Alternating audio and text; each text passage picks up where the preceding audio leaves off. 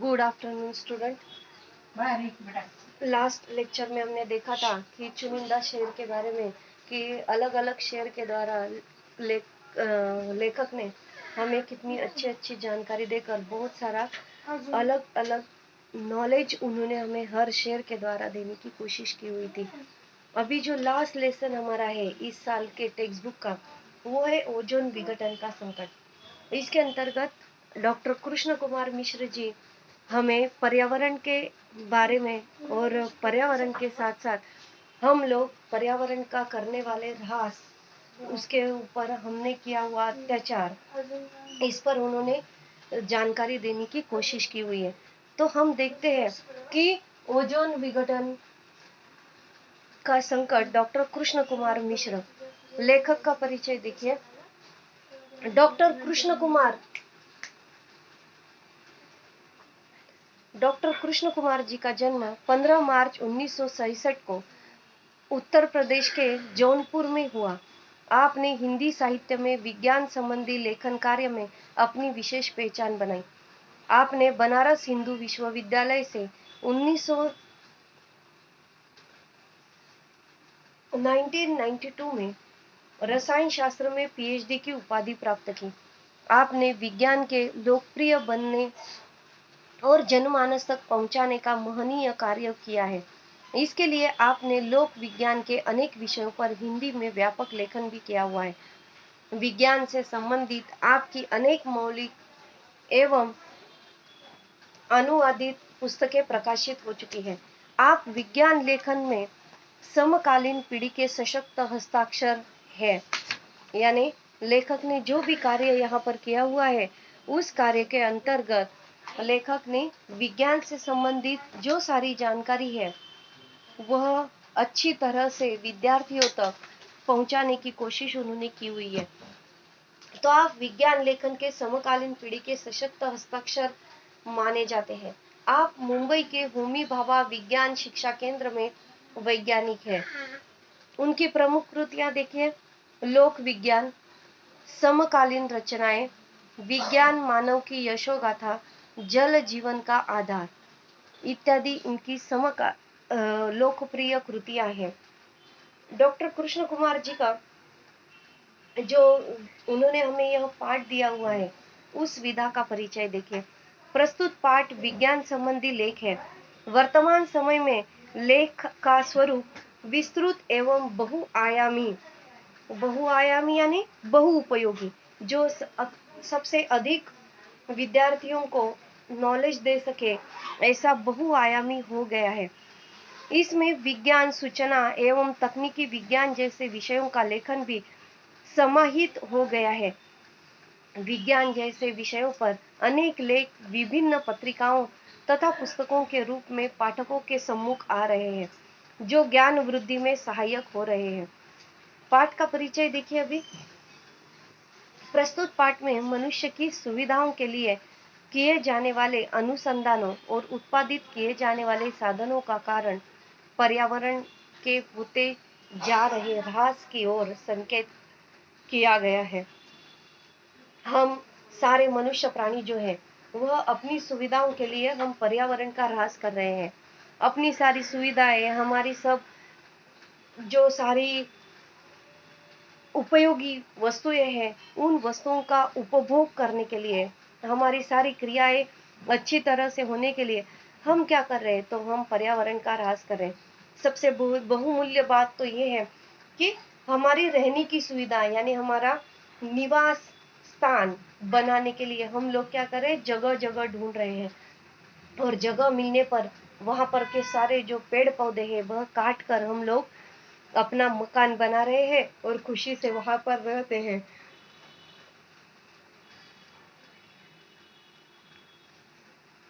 वर्तमान समय में ओजोन की परत में छेद होना अथवा परत को क्षति पहुंचाना मनुष्य की स्वार्थी प्रवृत्ति का परिणाम है।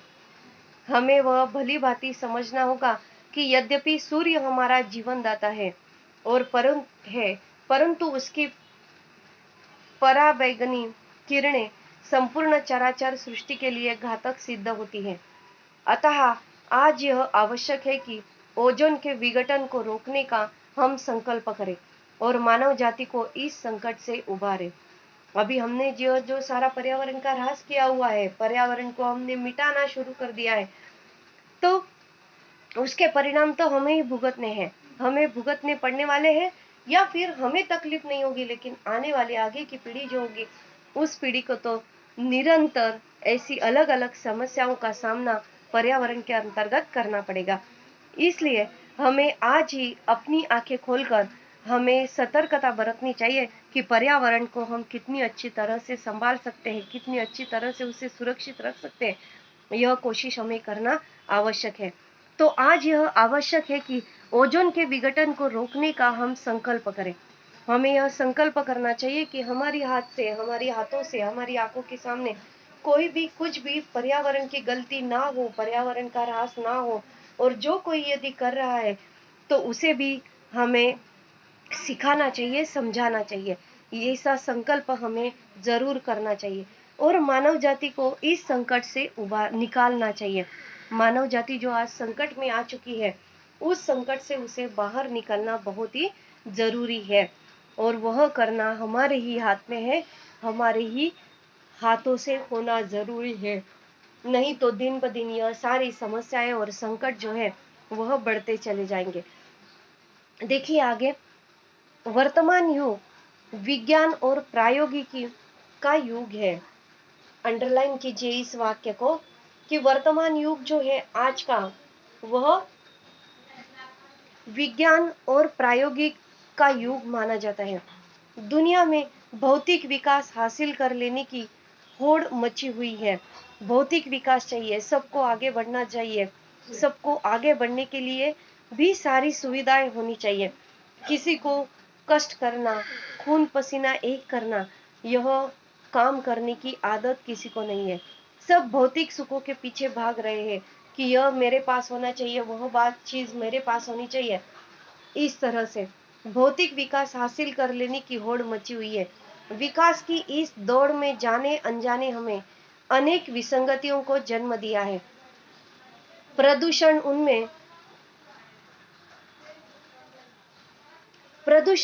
उनमें से एक अहम समस्या है।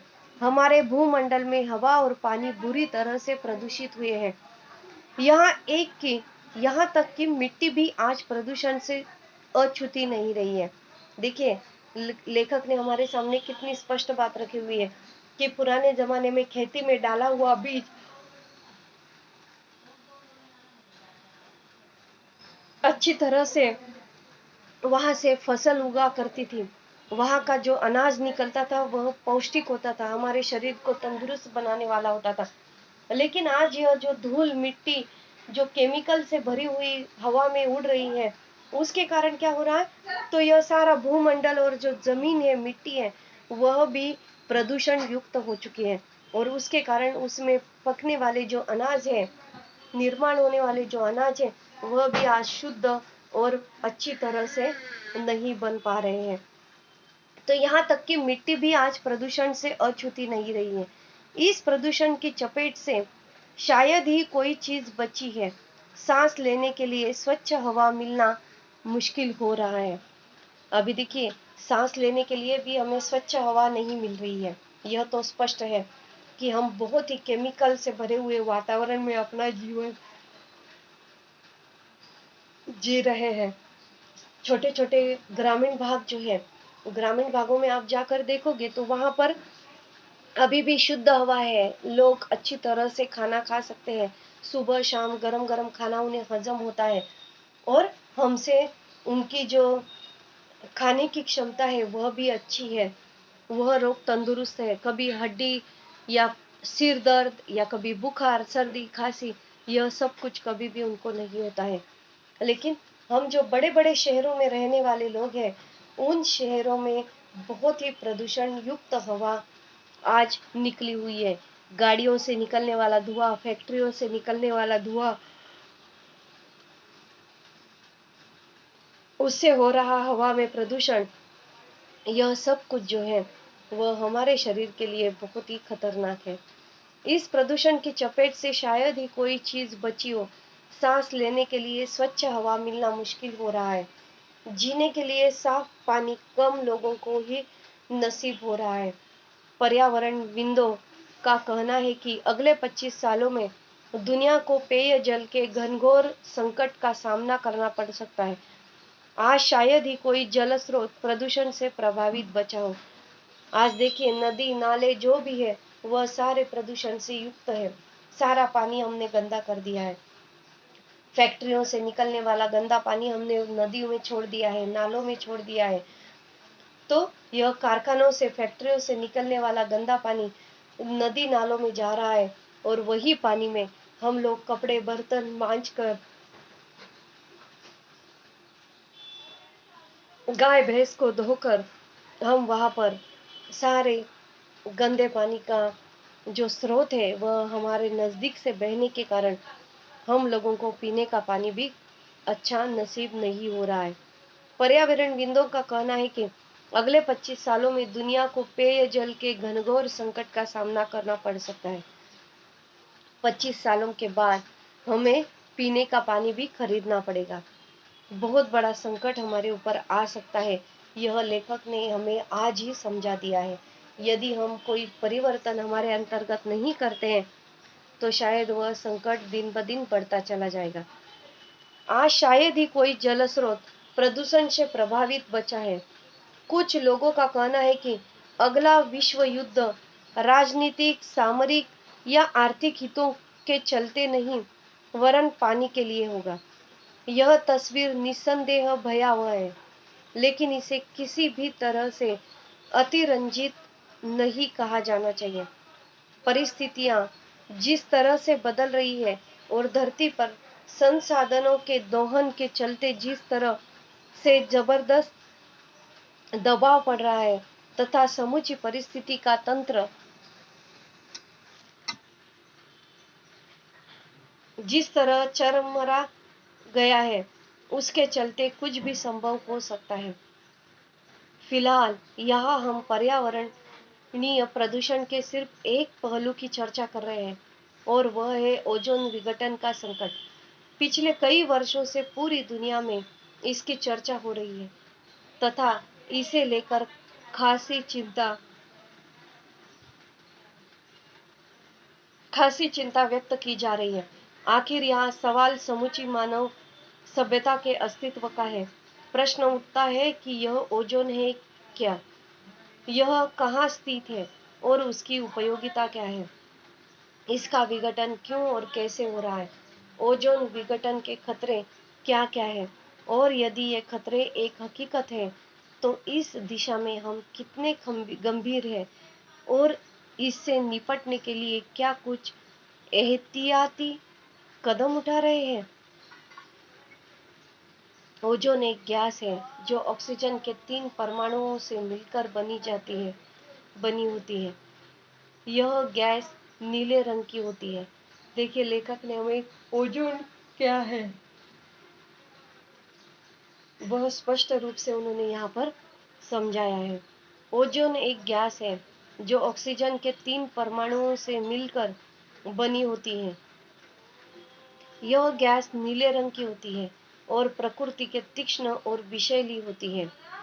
यह मानव स्वास्थ्य के लिए हानिकारक होती है और श्वसन नलिका में जाने पर जलन पैदा करती है, लेकिन वायुमंडल में मौजूद यही गैस हमारी रक्षा भी कर सकती है। यह वह ओजोन गैस है जिसकी ओजोन गैस जो है ऑक्सीजन के 3 परमाणुओं से मिलकर बना हुआ है। वह नीले रंग का है और प्रकृति में तीक्ष्ण और विषैली होती है।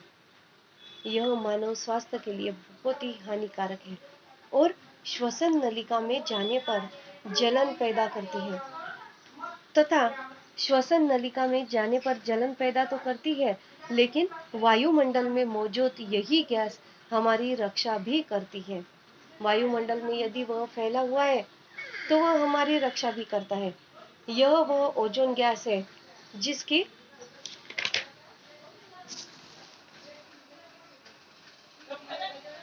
वजह से धरती पर जीवन फल फूल सका है। धरती पर जीवन के अस्तित्व का श्रेय एक तरह से ओजोन को ही जाती है। ओजोन गैस धरती के वायुमंडल में 15 से 20 किलोमीटर की ऊंचाई तक पाई जाती है। वायुमंडल का यह क्षेत्र स्ट्रेटोस्फियर कहलाता है। ओजोन की सबसे ज्यादा सांद्रता धरती से 25 किलोमीटर की ऊंचाई पर होती है। जैसे कि हम जानते हैं कि सौर विकिरण में तमाम तरह की किरणें होती हैं। इनमें दृश्य प्रकाश, अवरक्त किरणें और पराबैंगनी किरणें होती हैं। पराबैंगनी किरणें अल्प तरंग दैर्घ्य की किरणें होती हैं। ये किरणें काफी घातक होती हैं क्योंकि इनमें ऊर्जा बहुत ज्यादा होती है।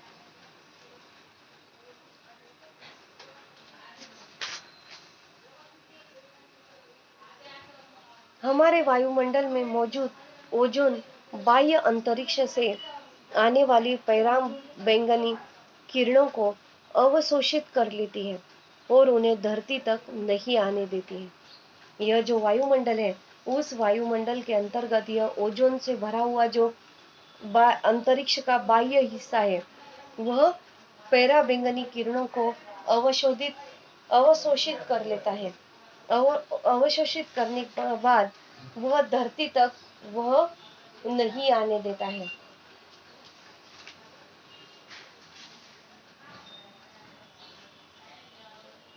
जिसका अंत किया जा सकता है। यहाँ पर जो ओजोन है, वह पराबैंगनी किरणें जो है, वह क्या करती है, उनको नष्ट करती है और उनको नष्ट करके वह धरती तक नहीं आ पाती है। यदि वह धरती तक आ जाती तो शायद हम लोग पृथ्वी पर अपना जीवन अच्छी तरह से नहीं जी पाते, हम सांस भी नहीं ले पाते। इसलिए यहाँ पर हमारी पृथ्वी से कई हजारों ऊंचाई पर यह ओजोन का फैला हुआ जाल है और वह पराबैंगनी किरणों को शोषित शोषित कर लेता है। इसलिए वह जमीन तक नहीं आता है। यदि यही किरणें बेरोक टोक धरती की सतह तक चली आए तो इंसान के साथ ही जीवन मंडल के तमाम दूसरे जीव जंतुओं को भारी नुकसान हो सकता है। इन पराबैंगनी किरणों से मनुष्यों में त्वचा के कैंसर से लेकर दूसरे अनेक तरह के रोग हो सकते हैं। जिस तरह रोजमर्रा के जीवन में सामान्य छतरी धूप और बरसात से हमारा बचाव करती है, उसी तरह वायुमंडल में स्थित ओजोन की परत हमें घातक किरणों से बचाती है। इसलिए प्रायः इसे ओजोन छतरी के नाम से भी पुकारते हैं। सभ्यता के आदिम काल से यह छतरी जीव जंतुओं और पेड़ पौधों की रक्षा करती रहती है और उसके तले सभ्यता फलती फूलती रहती है। विकास की अंधी दौड़ में हमने संसाधनों का अंधाधुंध इस्तेमाल किया है। इस दौरान हमें इस बात का ध्यान प्रायः कम ही रहा है कि इसका दुष्प्रभाव क्या हो सकता है। आज परिणाम हम सबके सामने है। हमारे कारनामों से प्राकृतिक संतुलन चरमरा गया है। भूमंडल पर शायद ही ऐसी कोई चीज शेष हो जो हमारे क्रियाकल्पों से प्रभावित न हुई हो। स्पष्ट है, ओजोन भी इसका अपवाद नहीं है। आइए हम देखें कि ओजोन का विघटन क्यों और कैसे हो रहा है। अभी लेखक ने हमें स्पष्ट रूप से सारी जानकारी देने की कोशिश की हुई है, तो वह इस सवाल का उत्तर भी हमें दे रहे कि ओजोन का विघटन क्यों और कैसे होता है।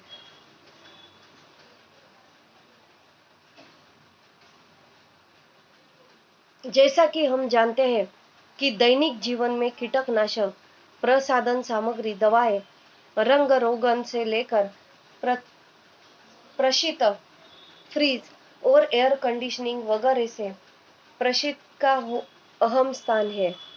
सन 1930 से पहले प्रशीतन के लिए अमोनिया और सल्फर डाइऑक्साइड गैसों का इस्तेमाल होता था, लेकिन उनके इस्तेमाल में अनेक व्यवहारिक कठिनाइयां थी। उदाहरणार्थ, ये गैसों तीक्ष्ण थी और मानव स्वास्थ्य के लिए हानिकारक थी।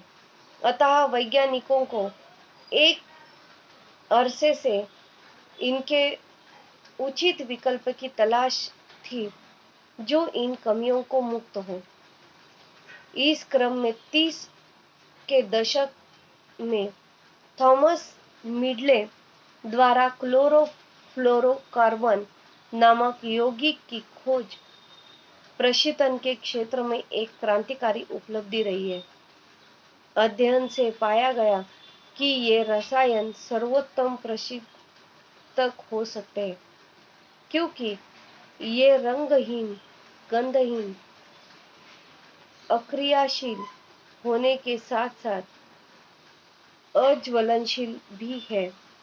इस तरह से आदर्श प्रशीतक सिद्ध हुए।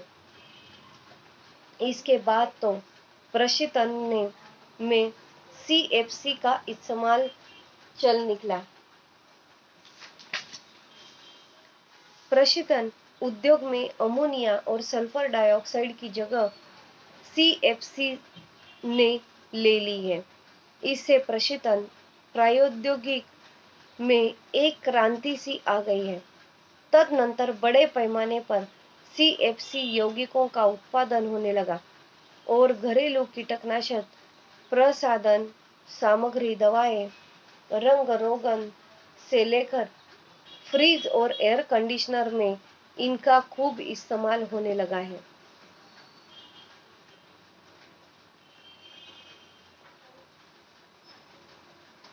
CFC यौगिकों का एक खास गुण है कि ये नष्ट नहीं होते हैं। CFC यौगिकों का यह एक प्रमुख गुण है कि वह नष्ट नहीं होते हैं। इस वाक्य को अंडरलाइन कीजिए। इनका न तो ऑक्सीकरण होता है और न ही अपघटन। ये पानी में भी नहीं घुलते।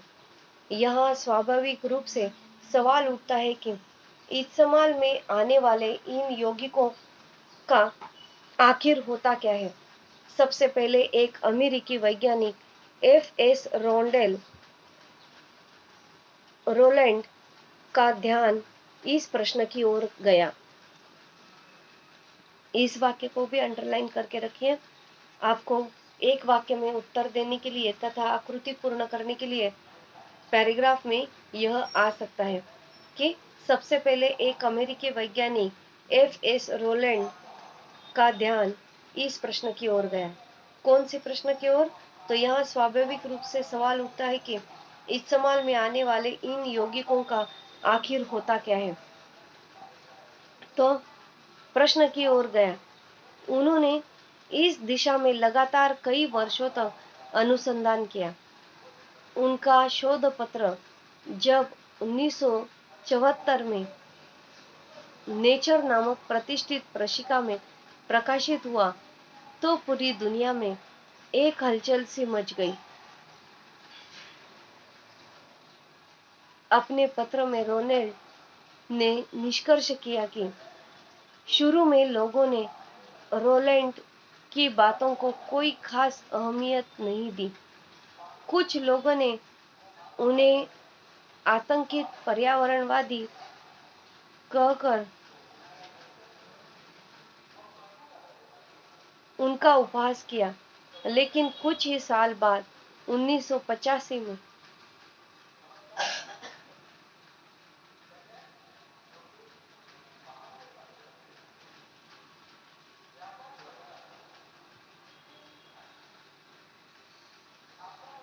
कुछ लोगों ने उन्हें आतंकित पर्यावरणवादी कहकर उनका उपहास किया, लेकिन कुछ ही साल बाद 1985 में ब्रिटिश सर्वे टीम के कार्यों से रोलैंड की बात सही साबित हो गई।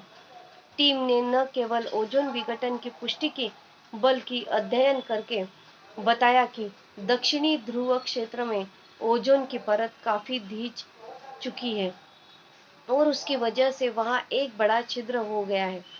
अमेरिकी उपग्रह निम्बस द्वारा भेजे गए चित्र से भी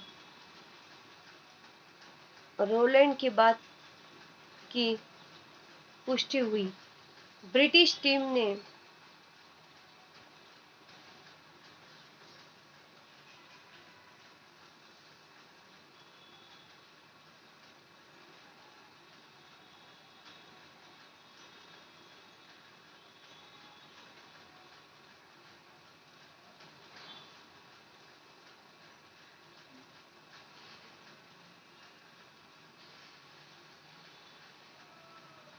1985 में ब्रिटिश सर्व टीम के कार्यों से रोलैंड की बात सही साबित हो गई। टीम ने न केवल ओजोन विघटन की पुष्टि की, बल्कि अध्ययन करके बताया कि दक्षिणी ध्रुव क्षेत्र में ओजोन की परत काफी ढह चुकी है और उसकी वजह से वहां एक बड़ा छिद्र हो गया है। अमेरिकी उपग्रह निम्बस द्वारा भेजे गए चित्र से भी रोलैंड की बात की पुष्टि हुई। ब्रिटिश टीम ने चेताया भी कि यदि बहुत जल्दी ओजोन विघटन को न रोका जाए तो ओजोन परत के छिजने से आने वाली पराबैंगनी किरणों से धरती के तापमान में वृद्धि होगी तथा अनेक तरह की त्वचा संबंधी व्याधियां फैलेंगी। त्वचा के कैंसर के रोगों की संख्या लाखों में होगी। अभी यहाँ पर हमारी स्किन पर जो हवा का प्रदूषण हो रहा है, उस प्रदूषण के द्वारा यह जो किरणें हैं, पराबैंगनी किरणें, यदि धरती पर तापमान धरती में आ रही है तो तापमान को वृद्धि हो रही है। अनेक तरह की त्वचा संबंधी व्याधियां यहाँ पर फैलेंगी। यदि पराबैंगनी किरणें सीधा धरती पर आ जाएगी तो इस हवा में और भी प्रदूषण बढ़ जाएगा, हवा खराब हो जाएगी, तापमान बढ़ जाएगा, तापमान में बदलाव होने लगेंगे तो लोगों को बहुत सारी त्वचा संबंधी रोग निर्माण होने लगेंगे। त्वचा के कैंसर के रोगियों की संख्या लाखों में पाई जाएगी। इस प्रकार से यह पराबैंगनी किरणें जो है वह बहुत ही खराब है हमारे सबके लिए।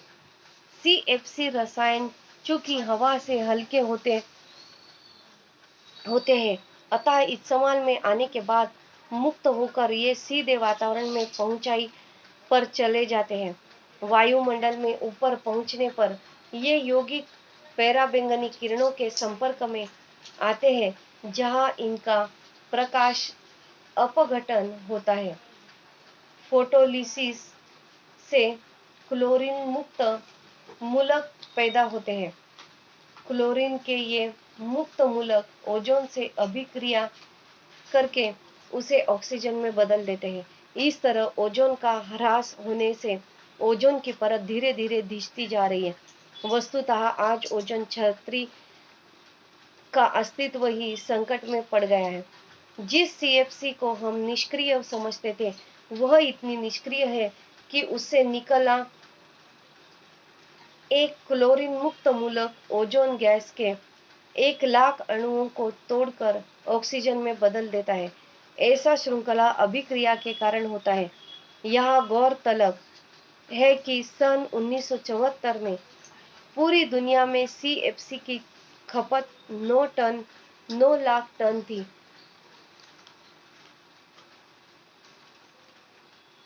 पिछले कई वर्षों से शोध से मालूम हुआ कि दक्षिणी ध्रुव के ऊपर मौजूद छिद्र आकार में बढ़ता जा रहा है। हालांकि वर्षों में उत्तरी ध्रुव के ऊपर भी ओजोन के विघटन और ओजोन आवरण में छिद्र पाए जाने की सूचना मिली है, जो बेहद चिंतनीय है। तो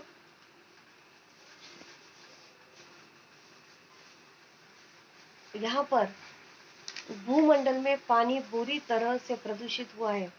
इस कथन को हमें यदि स्पष्ट करना होगा तो जल है तो कल है, इस बात को ध्यान में रखना हमें जरूरी है। बिना पानी के हमारा जीवन नष्ट होने ही वाला है, होने के समान है।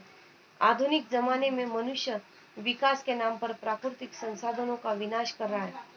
रोज नए उद्योग या कारखाने से निकला हुआ गंदा पानी बिना किसी प्रक्रिया के नदियों में छोड़ा जाता है। इससे होने वाला जल प्रदूषण मनुष्य पर ही नहीं बल्कि पानी में रहने वाले जीव जंतुओं पर भी गंभीर परिणाम कर रहा है। खास कीटनाशकों के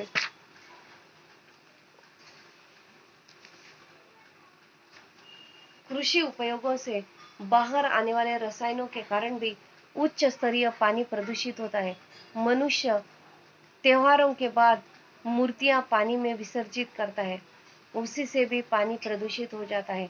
लोग कूड़ा कचरा प्लास्टिक नदी नालों में फेंकते हैं।